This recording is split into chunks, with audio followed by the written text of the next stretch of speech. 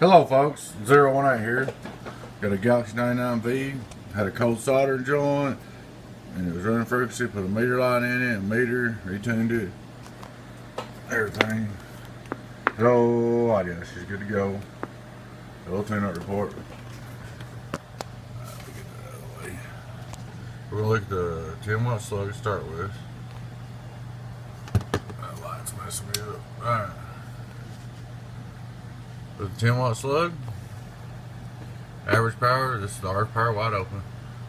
Got Q4, hello, 10 and a quarter. We're gonna go to our 50-watt slug, PEP, audio, hello, audio, hello. As you see, about 40 watts PEP, audio, hello. So RF power wide open. Turn RF power all the way down. Hello, audio. 40 watts. 40 watts from 1 watt key. Alright, there's your frequency. Voltage.